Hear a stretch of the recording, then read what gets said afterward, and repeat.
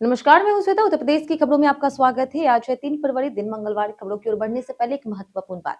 अगर आप भी सरकारी नौकरी की तैयारी कर रहे हैं तो हमारे बुलेटिन के अंत में हम रोज करंट अफेयर से कुछ सवाल लेकर के आते हैं, जिसका अगर आपने सही जवाब दिया तो आपका नाम हमारे बुलेटिन के अंत में दिखाया जाएगा।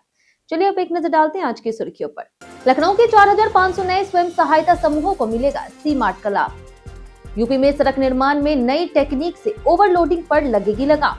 यूपी बोर्ड ने इंटरमीडिएट प्रैक्टिकल की अंतिम तिथि 4 फरवरी तक बढ़ाई। टियर 2 और टियर 3 शहरों को मिलेगा 900 करोड़ का फायदा।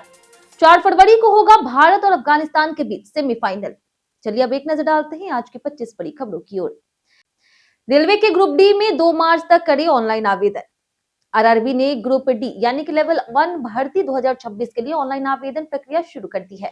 उम्मीदवार rrbapply.gov.in पर आवेदन कर सकते हैं। फॉर्म भरने की अंतिम तिथि 2 मार्च और फीस जमा करने की अंतिम तिथि 4 मार्च है। कुल 22,195 पदों पर भर्ती होगी। योग्यता 10वीं पास और उम्र 18 से 33 साल तय है। लखनऊ के 4,500 नए स्वयं सहायता समूहों को मिलेगा सी मार्ट का लाभ।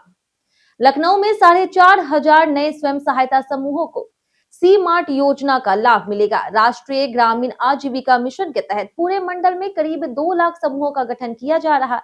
सी मार्ट से महिलाएं अपने उत्पाद सीधे बेच सकेगी, आय बढ़ेगी और डिजिटल भुगतान, ऋण सुविधा, ब्रांडिंग में भी मदद मिलेगी।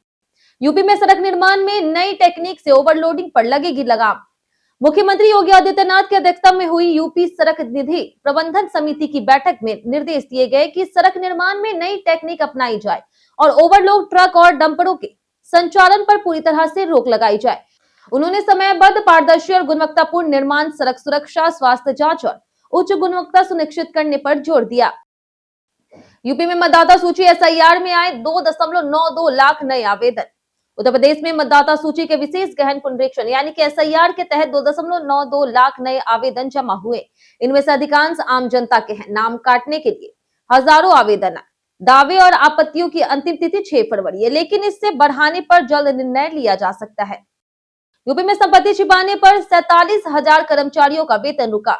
उत्तर प्रदेश में संपत्ति ब्यौरा अपलोड करने के अभियान में तृतीय और चतुर्थी श्रेणी के कर्मचारी अग्रणी रहे, जबकि प्रथम और द्वितीय श्रेणी के अधिकारी पीछे रहे। 8.65 लाख कर्मचारियों में से 47,816 ने संपत्ति नहीं बताई, जिनका वेतन फरवरी में रोक दिया गया। सरकार ने ब्यौरा न देने वालों के खिलाफ कड़ी कार्रवाई के अल्टीमेटम दिए। यूपी बोर्ड ने इंटरमीडिएट प्रैक्टिकल की अंतिम तिथि 4 फरवरी तक बढ़ाई।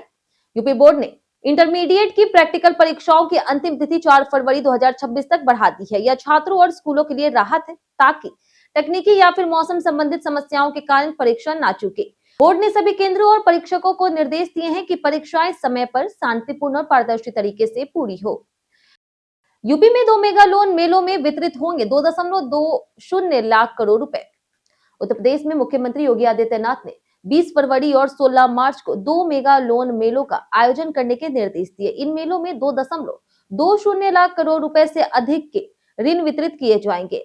एसएलबीसी बैठक में उन्होंने बैंकों को ओडीओसी, किसान, एमएसएमई, महिला स्वयं सहायता समूह और युवा उद्यमियों तक ऋण तेजी से पहुंचाने के निर्देश दिए। जाने कैसा रहेगा यूपी के मौसम का मिजाज। उत्तर प्रदेश में 4 फरवरी तक मौसम स्थिर रहेगा। मौसम विभाग के अनुसार सक्रिय पश्चिमी विक्षोभों के कारण इन 2 दिनों में प्रदेश के कई हिस्सों में बारिश, ओलावृष्टि होने की संभावना है। 4 फरवरी के बाद बारिश थमने पर तापमान में फिर से हल्की गिरावट आ सकती है। बजट से यूपी बनेगा लॉजिस्टिक और टूरिज्म का बड़ा हब।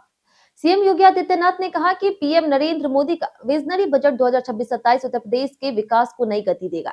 यह बजट युवा, किसान, महिला और गरीब के सशक्तिकरण पर केंद्रित है। MSME, infrastructure, logistics, tourism, biopharma और रोजगार सृजन से यूपी को बड़ा लाभ मिलेगा। यूपी में अवैध कब्जे पर चलेगा सख्त अभियान। मुख्यमंत्री योगी आदित्यनाथ ने जनता दर्शन में अवैध कब्जे के मामलों पर सख्त रुख अपनाते हुए अधिकारियों को कड़ी कार्रवाई के निर्देश दिए। उन्होंने जिलाधिकारियों और पुलिस से जन समस्याएं गंभीरता से सुनने को कहा। साथ ही जरूरतमंदों को इलाज में आर्थिक सहायता का आश्वासन दिया और बच्चों का उत्साहवर्धन किया। टियर 2 और टियर 3 शहरों को मिलेगा 900 करोड़ का फायदा। केंद्रीय बजट में टियर 2 और टियर 3 शहरों के लिए बड़े प्रावधान से उत्तर प्रदेश के 55 छोटे और मझोले शहरों को विकास की गति मिलने की उम्मीद है। प्रदेश को लगभग 900 करोड़ रुपए मिल सकते हैं, जिससे सड़क, बिजली, पानी और शहरी सेवाएं मजबूत होगी तथा रोजगार के नए अवसर पैदा होंगे। कस्टम ड्यूटी छूट से यूपी में घटेगी ईवी निर्माण लागत। केंद्रीय बजट 2026 में सोलर और ई मोबिलिटी पर कस्टम ड्यूटी छूट से यूपी में स्वच्छ और सस्ती बिजली को बढ़ावा मिलेगा। बैटरी और सोलर पैनल की लागत घटने में पीएम सूर्य घर योजना मजबूत होगी। ईवी निर्माण सस्ता होगा, कीमतें कम होगी, निवेश, रोजगार और प्रदूषण नियंत्रण को भी लाभ मिलेगा। यूपी के हर जिले में बनेगा महिला छात्रावास। केंद्रीय बजट से उत्तर प्रदेश के सभी 75 जिलों में महिला छात्रावास बनने का रास्ता साफ हुआ है। इससे छात्राओं को सुरक्षित और सुलभ आवास मिलेगा और उच्च शिक्षा में उनकी भागीदारी बढ़ेगी। खासकर छोटे शहरों के छात्राओं को बड़ी राहत मिलेगी और पढ़ाई बीच में छोड़ने की मजबूरी कम होगी। महाकुंभ का आर्थिक मॉडल बनेगा भारत की नई ताकत। केंद्रीय बजट 2026-27 में सनातन अर्थशास्त्र को पहली बार नीति स्तर पर नई पहचान मिली। महाकुंभ से प्राप्त आर्थिक अनुभव ने दिखाया कि आस्था आधारित आयोजन केवल धार्मिक नहीं बल्कि स्थानीय व्यापार, रोजगार और पर्यटन को गति देने वाला मजबूत आर्थिक मॉडल है। यूपी टेम्पल टूरिज्म और कस्बा आधारित विकास से देश की नई आर्थिक ताकत बन सकता है। आरटीई पोर्टल से 25% सीटों पर प्राइवेट स्कूलों में आवेदन शुरू। आरटीई के तहत 2026-27 में प्राइवेट स्कूलों में प्रवेश की प्रक्रिया 2 फरवरी से शुरू हो चुकी है। वहीं निःशुल्क प्रवेश प्री नर्सरी, एलकेजी, यूकेजी और कक्षा 1 में मिलेगा। आवेदन 3 चरणों में होंगे। लॉटरी के माध्यम से स्कूल आवंटन किया जाएगा और सभी चयनित बच्चों का नामांकन 11 अप्रैल तक पूरा करना अनिवार्य है। यूपी में अभ्युदय कोचिंग भर्ती में गड़बड़ी। उत्तर प्रदेश में अभ्युदय कोचिंग कोर्स कोऑर्डिनेटर भर्ती में गड़बड़ी के मामले में अब समाज कल्याण निदेशालय के संयुक्त निदेशक स्तर के अधिकारियों से भी पूछताछ की जाएगी। चयन समिति के बयानों में विरोधाभास और प्रक्रिया में शामिल अधिकारियों की संदिग्ध भूमिका सामने आई है। मामले में निलंबित केवल डाटा सत्यापन करता है, जबकि कोर्ट में चुनौती भी दी गई है। यूपी के पर्यटन में आज बात होगी आगरा का किला की। आगरा का किला यूपी में स्थित यूनेस्को विश्व धरोहर स्थल है। मुगलों का ऐतिहासिक केंद्र रहा। अकबर, शाहजहां और औरंगजेब ने यहाँ शासन किया। किले में दीवाने आम, दीवाने खास, मुसमन बुर्ज, अंगूरी बाग और कई महल शामिल है। लाल बलुआ पत्थर और संगमरमर से निर्मित यह स्थल मुगल स्थापत्य कला का आदर्श उदाहरण है और ऐतिहासिक घटनाओं पर गवाह भी रहा। लखनऊ मेट्रो के दूसरे फेज को मिलेगा 1450 करोड़ का समर्थन। लखनऊ में मेट्रो के दूसरे फेज का विस्तार अब तेजी से होगा। केंद्र सरकार इस पर लगभग 1450 करोड़ रुपए का अंश देगी।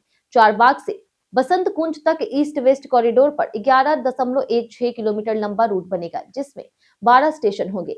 यूपीएमआरसी ने टेंडर प्रक्रिया शुरू कर दी है और डिटेल डिजाइन कंसल्टेंट का चयन भी कर लिया गया है। 4 फरवरी को होगा भारत और अफगानिस्तान के बीच सेमीफाइनल। आईसीसी अंडर-19 विश्व कप 2026 अपने निर्णायक चरण में है, जहां सुपर 6 के बाद सेमीफाइनल में भारत, ऑस्ट्रेलिया, इंग्लैंड और अफगानिस्तान ने जगह बनाई है। पहला सेमीफाइनल 3 फरवरी यानी कि आज ऑस्ट्रेलिया और इंग्लैंड के बीच होगा। वहीं दूसरा सेमीफाइनल 4 फरवरी को भारत और अफगानिस्तान के बीच होगा। वहीं फाइनल 6 फरवरी को हरारे में खेला जाएगा।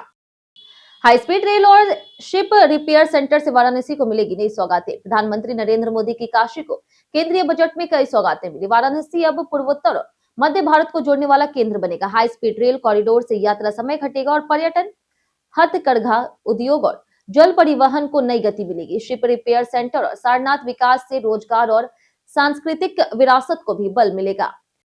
यूपी में 10 फरवरी तक भाजपा चलाएगी बजट उपलब्धि अभियान।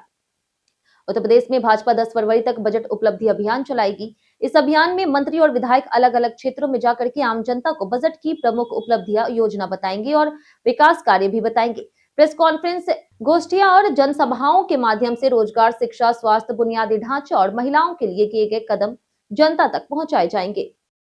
प्रेमानंद महाराज ने सराहा मूकबधिर बच्चों को पालन पोषण का प्रयास। कानपुर के मूकबधिर बच्चों ने वृंदावन में प्रेमानंद महाराज से मुलाकात की और भजन पर नृत्य किया। महाराज ने बच्चों और उनकी देखभाल करने वाली मनप्रीत कौर की सराहना की। उन्हें उत्साह और प्यार देने की महानता बताई। उन्होंने बच्चों को अध्यात्म से जोड़ने के लिए नाम जप और प्रभु स्मरण करने की सलाह दी। लखनऊ नगर निगम का म्युनिसिपल बॉन्ड योजना बनी लाभकारी। लखनऊ नगर निगम का म्युनिसिपल बॉन्ड योजना सफल साबित हुई। आहाना इनक्लेव के 648 फ्लैट में से 170 बचे हैं, जिससे निगम को 70 करोड़ का लाभ होगा। केंद्रीय बजट में बॉन्ड की सीमा 200 करोड़ से बढ़ा करके 1000 करोड़ की गई है। इससे नगर निगम आत्मनिर्भर बनेगा और लाभकारी योजनाएं संचालित कर सकेगा। कई कारणों से दर्ज है भारत के इतिहास में आज की तारीख।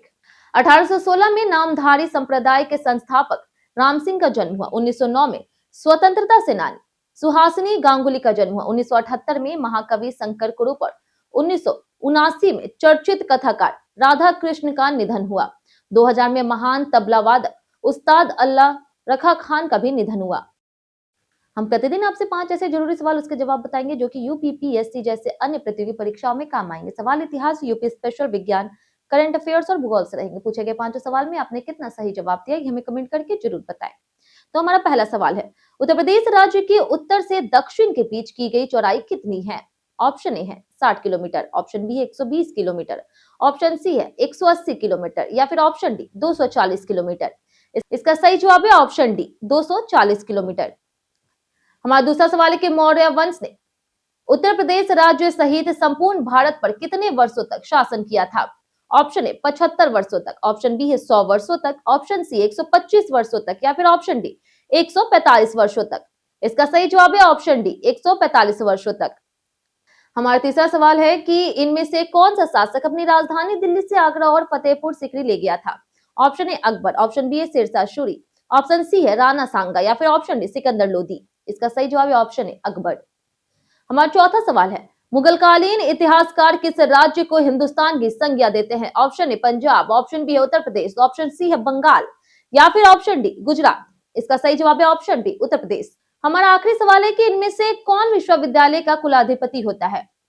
ऑप्शन ए राज्यपाल, ऑप्शन बी है मुख्यमंत्री, ऑप्शन सी है विधानसभा अध्यक्ष या फिर ऑप्शन डी शिक्षा मंत्री। इसका सही जवाब है ऑप्शन ए राज्यपाल।